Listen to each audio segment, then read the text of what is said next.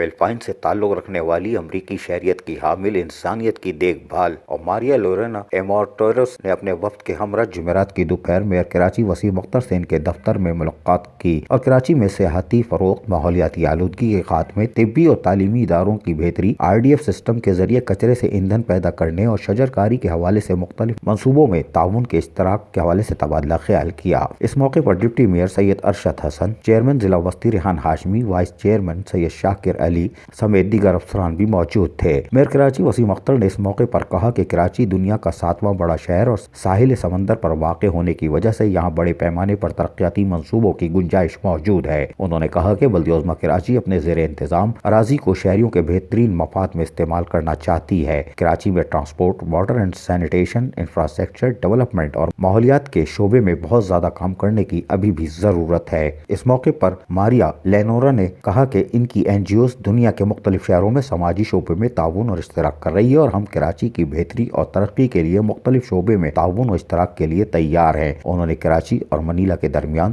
Sister city کے علاوہ باہمی معاہدہ MOU پر بھی اپنی دلچسپی پر تعاون کا اظہار کیا۔ اس موقع پر انہیں کراچی کے بارے میں پریزنٹیشن بھی دی گئی۔ بعد ازاں میئر کراچی وسیم اختر نے بلدیہ عظمیٰ کراچی کی جانب سے انہیں یادگار شیلڈ پیش کی، جبکہ اس موقع پر کیپٹن ترانہ تصدق بیگ بھی موجود تھے۔ عزیز عارف، KBS بلدیاتی نیوز کراچی۔